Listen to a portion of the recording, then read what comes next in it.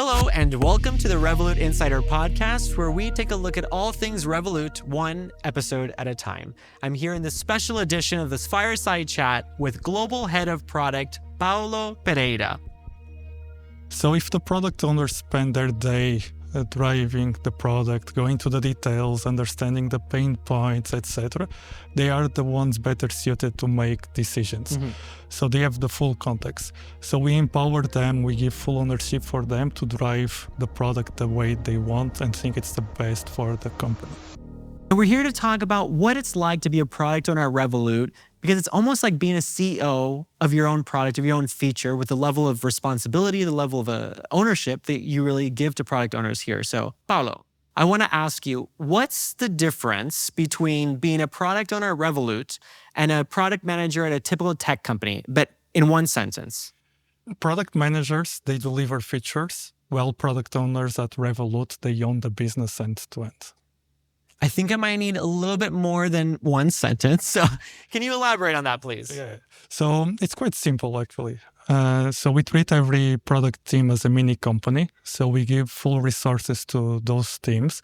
And by this, I mean engineers, Java, iOS, Android, Python, designers, operations managers, data analysts, data scientists. So the full resources you need, you will get it. And everyone reports to the product owner. And then these teams, everyone has the same goals, the same KPIs, and they drive together to achieve it. And this can be improving customer support chats, improving NPS, driving P&L, or even like driving activity. And then these teams, they present on a weekly basis the updates on their roadmap in business reviews, and they present designs in product reviews to Nick. So Nick. Yes. Okay. Nick is actually normally present in these meetings, and it doesn't matter the seniority. So it doesn't matter if you are junior, senior, director, you might be presenting to Nick on a weekly basis. And this is something that's actually quite unique. So in some companies, you don't have this proximity to the CEO. In some companies, it takes years or it's even impossible. And here at Revolut, you can be on your first week probation period, and eventually you will have the opportunity to present to Nick and be close to the decision-making in the company. I mean, it's pretty unique, I think, for a product owner at Revolut because, I mean, it's not just ownership over P&L, but it's also hiring authority, it's commercial accountability. Why? What made Revolut decide that that's the right bet? It's like babies. So who knows babies better than anyone? The parents, right? So if the product owners spend their day driving the product, going to the details, understanding the pain points, etc., they are the ones better suited to make decisions. So they have the full context. So we empower them, we give full ownership for them to drive the product the way they want and think it's the best for the company. Another thing is we want to remove dependencies. So if we remove dependencies, product owners will be able to make decisions faster, and this way they will basically deliver outcomes better, and that will drive the business. I mean, you know that firsthand because you kind of went through this process, going from an operations manager to global head of product. What did Revolut give you that made that possible? My experience with Revolut actually started before joining the company. So I was traveling in Scotland, I was spending with my local card. And then when I went back home, I was looking at my account statement and I noticed that I was paying a lot on FX fees, a lot. So on my next trip to Japan, a friend recommended Revolut and I started using, and the experience was fantastic. And eventually, when I came back home, I even started using Revolut as my primary bank for day-to-day. So I decided to apply for a job, and I got an offer to join as an operations manager. And I didn't know what I would be doing, but I accepted it immediately.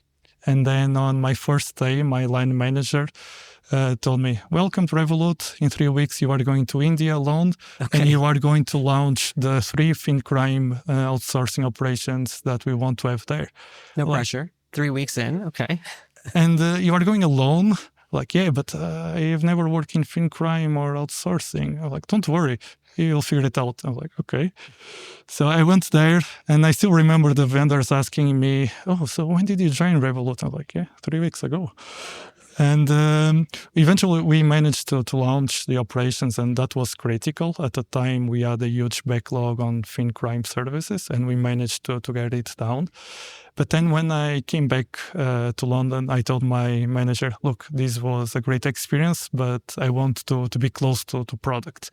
And Revolut has an incredible internal mobility policy. So I joined the payments department. And after launching my first products, I became a technical product owner there. And then after that, I joined retail, which basically owns all the user-facing products. Okay. And I work in several different things: cards, payments, analytics, top-ups, accounts, etc. And eventually I became the head of product there. I also work in expansion, so launching new countries. We launched Mexico this year, for example. Also working in trading. And then beginning of this year, I became the global head of product, overseeing all the products across the company. And what did it demand from you to get to this point? So it meant constant learning because I didn't know anything about product. I never worked in product before. So all my experience was in Revolut. And I was forced, and I forced myself as well to learn quite fast and to adapt quite fast. And eventually all the growth is a consequence of those learnings. Tell me about these learnings. Like, what was key throughout these years for you? So complexity is what slows down companies. So it doesn't matter if you have a complex process, you are going to be slow delivering. If you have a complex product, no one is going to use it. So you really need to focus on complexity and then focus on having simple, elegant processes, products, etc. And that is going to be what drives and scales the product. Talking about scaling, we've recently became a fully licensed bank in the UK. We're launching in Mexico. We're scoping out the US and India. I mean, and you also kind of went to India when you just started. You came back from Colombia. What's the opportunity for someone who might be joining now that wasn't available maybe 12 months ago? So the opportunity has never been bigger than right now. We are no longer a small startup in London. We have global presence. I was in Colombia 3 weeks ago as we are about to launch there, and the product looks super good, by the way. We are also expanding to Peru, Argentina, South Africa, UAE, and also applying for a banking license in the US, Australia, and New Zealand. And what we want to do is actually quite impressive. So we don't want to launch in this market just to be another player. We want to launch with a full product and be the number one in the market. And by full product, I mean full localized product. So we want to launch with local payments integrations, local savings, access to local credit, on loyalty rate drive points, have access to local airlines. And we want basically to be the number one. And what we are doing in UK and Europe, fixing banking, driving the experience to another level, we want to do in all of these countries as well. It's a tough job, I think. Since you're obviously part of the hiring process, I mean, what do the first 90 days, what would that look like for someone joining as a product owner? So the first 90 days are intense. I'm not going to lie. It's like joining a football team that is already mid-season and you are in pre-season. So you need really to get into shape. But eventually, like what we look for is sense of ownership. Like you join, you understand your product in details, all the pain points, how to drive the roadmap, move the metrics. For me, like the best one-on-ones with product owners is they joined, they tell me, Paul, these are the pain points. This is the roadmap to fix it. It's going to be done in this week. I'm like, fantastic. I'm useless on these calls. I love it. Like I have the full ownership of the product. Then the second thing is adaptation. So the product is changing, the world is changing. Some things you are going to develop are not going to work out. So you need to pivot fast. You don't need to be stubborn. So you need to learn and adapt. And then resilience. So it's like running a marathon. Like it's going to be a bit painful. So you will need to have a lot of energy to finish and cross the line. Also super important is like smart decisioning. So you need to make smart decisions in order to drive the product to the best outcome possible. I mean, you mentioned earlier that they also might have an opportunity to sit in front of Nick. I mean, the fact that Nick reviews every UI before it goes live is something I think quite unique that maybe a lot of people don't know. But Some people think founder review, they think bottleneck, they think micromanagement. What's the truth behind that? And what about this process makes product owners better? It's true. Nick still reviews all the designs, the roadmaps, he tests the product, and he does this on a weekly basis. But if you think like product is the core of Revolut, so it makes sense for the CEO to be on top of it and drive it. I strongly disagree when people say that the founder mode is a bottleneck. Actually, I think it's the opposite. So being on top of things, Nick allows the product owners to have clarity of thinking and clear focus of what they should do. So eventually they deliver faster and with better outcomes.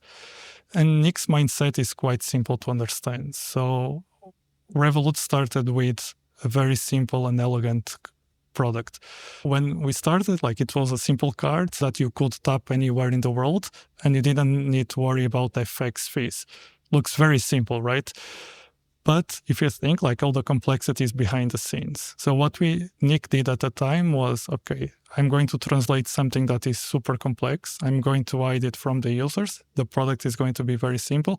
And behind the scenes, we have all the complexity.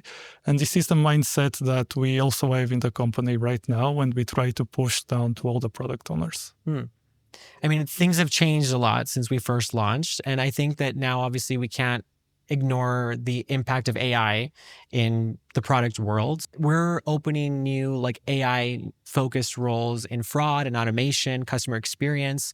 How do you think the product owner role will evolve over the next few years because of AI? So AI is a tool for product owners. We have the same business direction. We are not going to change that. But what we thought it was possible only in the next 5 years, now we are going to do it way faster, maybe in 1 year. And we have several examples of it. So starting with customer support, now we are using AI everywhere, and we managed to provide the best user experience as well as reducing massively the support cost on our site. And now we are doing the same on fin crime with fraud automation and so on. So business direction is the same. We are just going to do it way faster now with AI. Do you think it'll ever get to a point where AI makes the product owner role obsolete? Well, I hope not, because I still need a job. But product owners are mini CEOs, and that's very difficult to replace. So what I think is happening right now is product owners are leveraging AI way more on their day-to-day. So like things that they are doing every single day, like listening to users' feedback on customer support chat, social media. Now they can leverage AI and do it faster. They can also automate more of the tasks that they were doing, like sprint planning, product requirements, etc. And this will allow them to focus less on this or spend less time and focus more on product thinking, which is the core of their day-to-day. Kind of to develop these new, simple, elegant solutions. Exactly. Yeah. If you were to speak directly to these product managers that are in our audience that might feel maybe underutilized or even bored in their current role, what would you tell them about how they could shake things up? Have ambition and really try to understand your product into the details, like all the pain points, what is not working, what the user wants. And be obsessed with, as I mentioned before, like designing the simple solution, an elegant solution, and then propose this into your organization. Eventually, like people will realize that this is the right direction, and you will have the opportunity to show the impact in terms of metrics. How about for you? Is there any advice that you would have given yourself when you were just starting out in your career? Don't overcomplicate, make things simple. And above all, like treat everything as a fake wall. A fake wall. Exactly. Okay. So something you can knock it down. And something that looks impossible at the beginning, something like, okay, I will never solve this.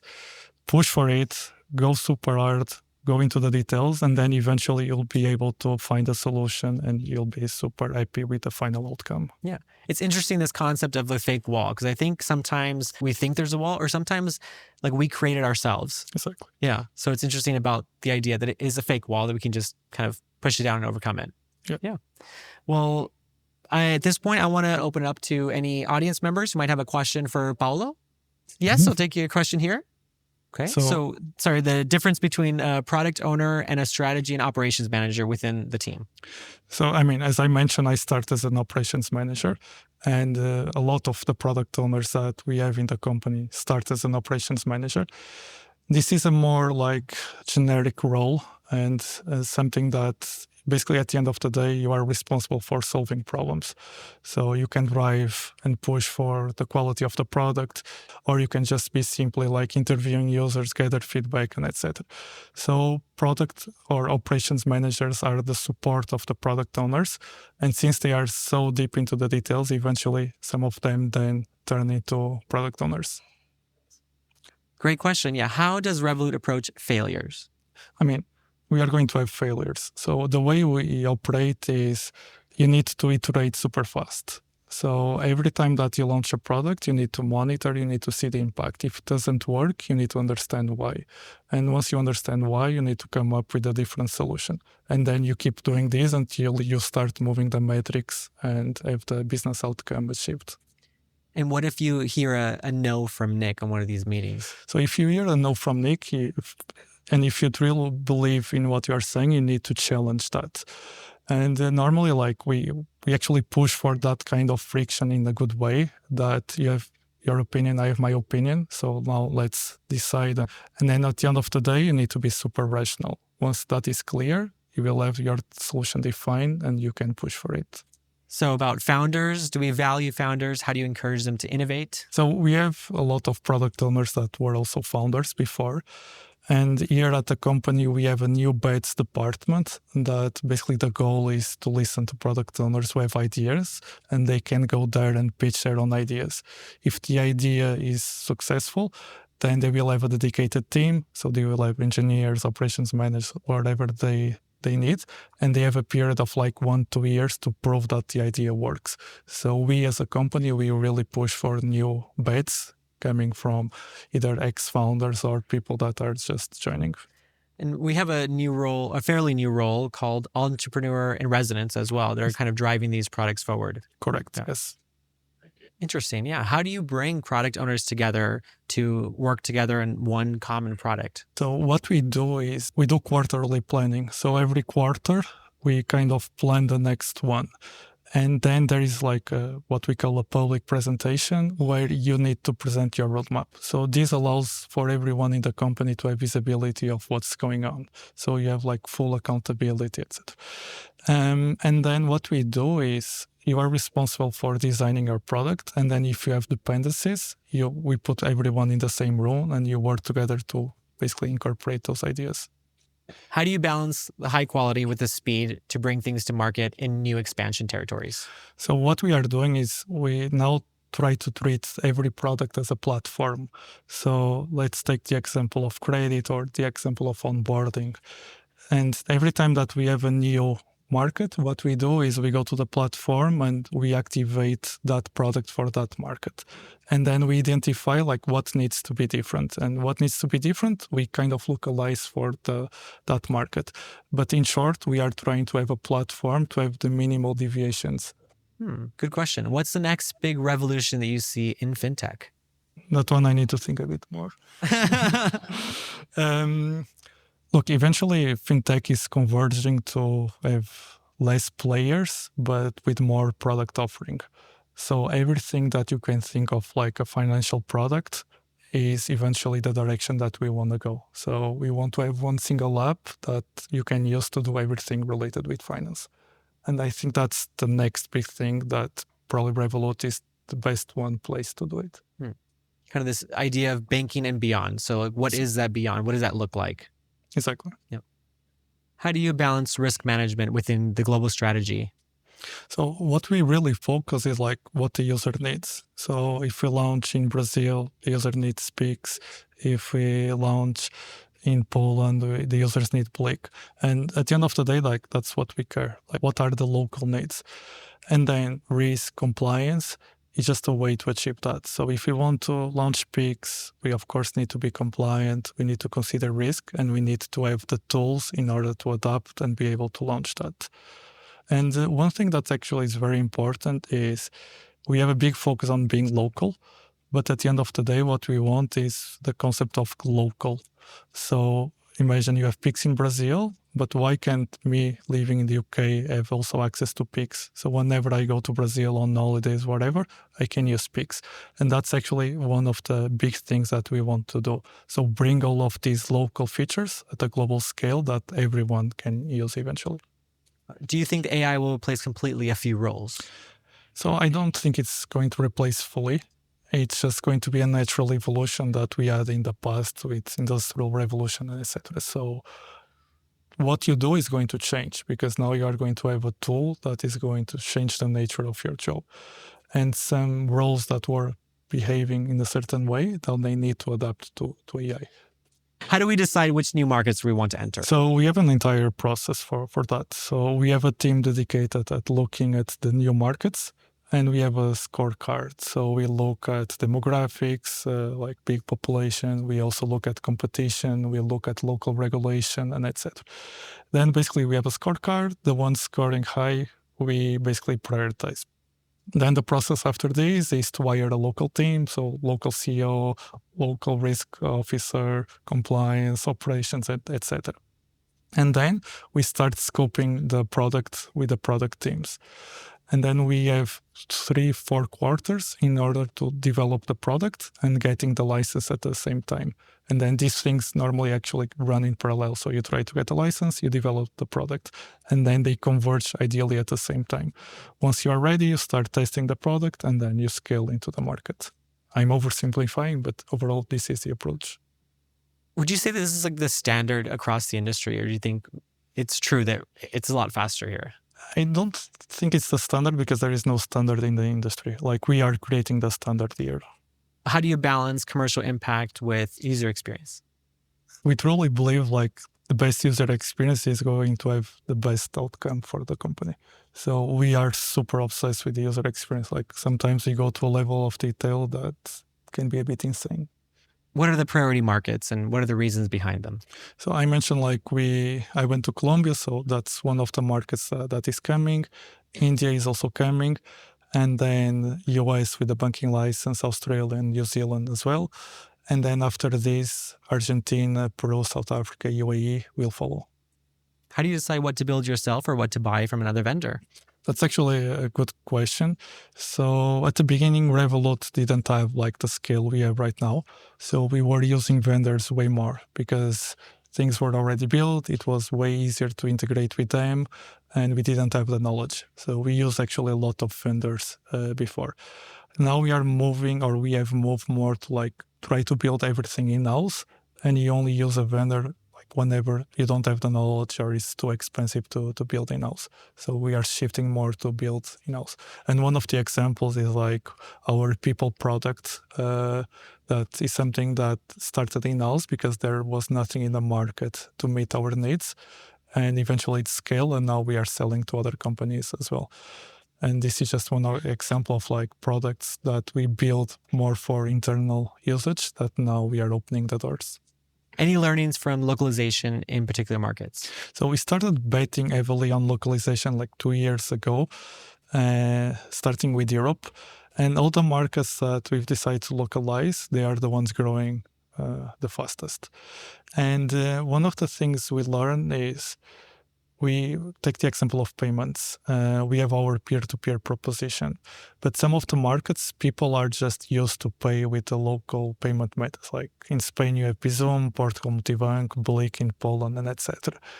And we could try to change that with our peer-to-peer proposition, but people are so used to it that it's part of like their nature, it's part of their core. And these are like in countries products built that actually people are super proud, like pigs. So we were like, okay, we will just integrate and then we'll just be part of the network. And we actually see like a lot, or when I say a lot, like millions of people using these products every day now. So we'll actually learn like, okay, we need to integrate with these local products, and it doesn't matter if you want to compete with us or not indirectly. How do you decide if the customer is being overloaded with too many features or products? It's all about results. So you launch something, you then need to present what were the results of that. If the results were not good, you iterate, And if they are still not good, eventually we decide to sunset those products. This has happened before, it will happen. So it's like just part of the process right now. But what is most important is we don't want to block innovation. So give it a try yourself and then come back with the results. And if there are no results, that's fine. We move to the next one and we sunset that product. Yeah. How do you know what the customer wants when you build a new feature or enter a new market? We always start with a problem. Like, what's the problem that you want to solve? And then it's like, is that a big problem that needs to be solved? If the answer is yes, then you start designing the solution. And then you ask again yourself, is this solution solving the problem that I defined before? And that's it. Like, in simple terms, that's normally what we do. There's something that we really push product owners to have, like product sense. So you need to have like a very strong intuition that this is a problem that you want to solve. Once that is not clear, what you can also do is you can interview users yourself. You can learn a bit more. You can ask like, okay, what are the pain points that you are facing? And most of the times users don't even know. So you have to realize like, okay, actually he didn't tell me, but I found out like he was having problems like having, I don't know, access to their credit card. So you learn that by seeing how they use the product. And then that's the problem that you need to solve, how to have access to the credit card. And then you focus on the solution. And then you go back to the users and see if they actually manage to have access to their credit card. Paulo, thank you so much for joining us and explaining a little bit about what it means to be a product owner here at Revolut and how it kind of relates to being a CEO of your own product or feature. And thank you to everyone who's joined us today. Thank you so much for your questions. We really appreciate it. And for those tuning in, you can check us out and see what we're up to on Instagram on Revolut Insider and subscribe so you don't miss an episode. Thank you.